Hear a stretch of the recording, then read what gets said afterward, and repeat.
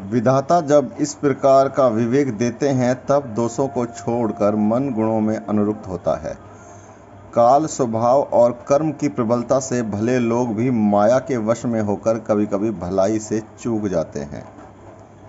यहाँ पर प्रभु कहना चाहते हैं कि समय के स्वभाव से और कर्म की प्रबलता से जिस काम को करने में वो लगे हुए हैं, और वो अगर उनके ऊपर माया का चक्रव्यूह आ जाता है, माया के वश में पड़ जाते हैं, या माया जिसको कोई समझ नहीं पाया, तो वो भलाई करने से चूक जाते हैं और मैं या मेरा, इसमें ही वो लोग अपना जीवन पूरा समर्पित कर देते हैं।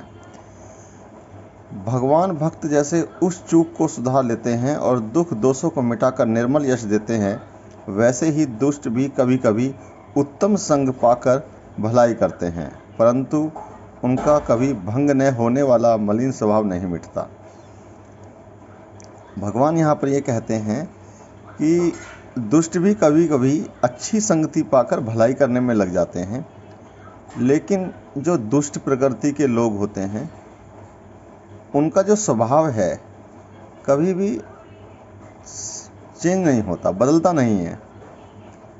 जिस तरह से सर्प है वो डसना नहीं छोड़ता, तो इसी प्रकार के जो दुष्ट प्रवृत्ति के जो लोग होते हैं वो चाहे संगति में कितनी भी भलाई करें, लेकिन उनका जो स्वभाव है वो कभी नहीं बदल सकता। आप उन्हें चाहकर भी नहीं बदल सकते।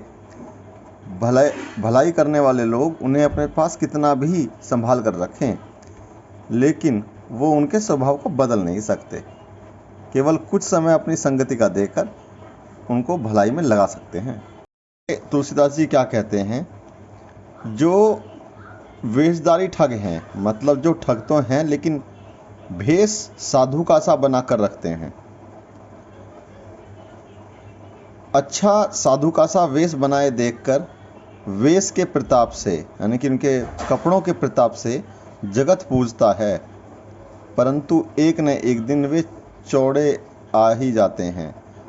अंत तक उनका कपट नहीं निभता, जैसे कालनेमी रावण और राहु का हाल हुआ।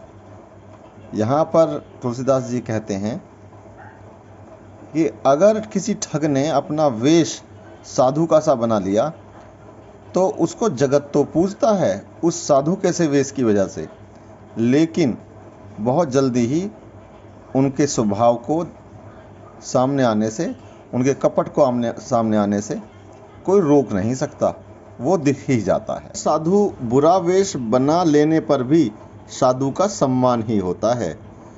जैसे जगत में जामवंत और हनुमान जी का हुआ, बुरे संग से हानि और अच्छे संग से लाभ होता है। यह बात लोक और वेद में है और सभी लोग इसको जानते हैं।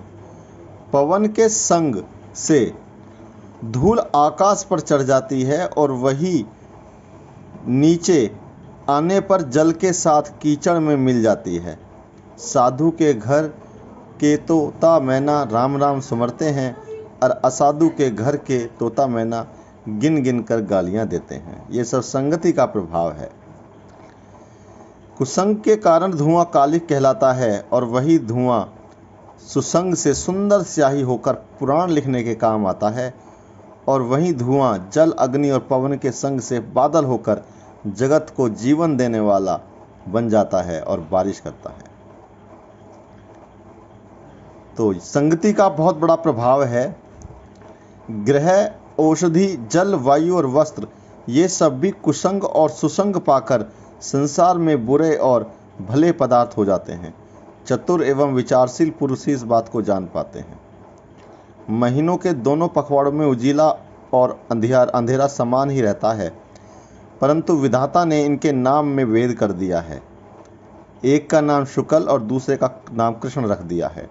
एक को चंद्रमा का बढ़ाने वाला और दूसरे को उसका घटाने वाला समझकर जगत ने एक को सुयश और दूसरे को अपयश दे दिया है। ये मक्खी भी भगवान का पाठ सुनने के लिए रोज आती है, रोज ऐसे ही घूमती रहती है। मैंने एक बात देखी है कि रामायण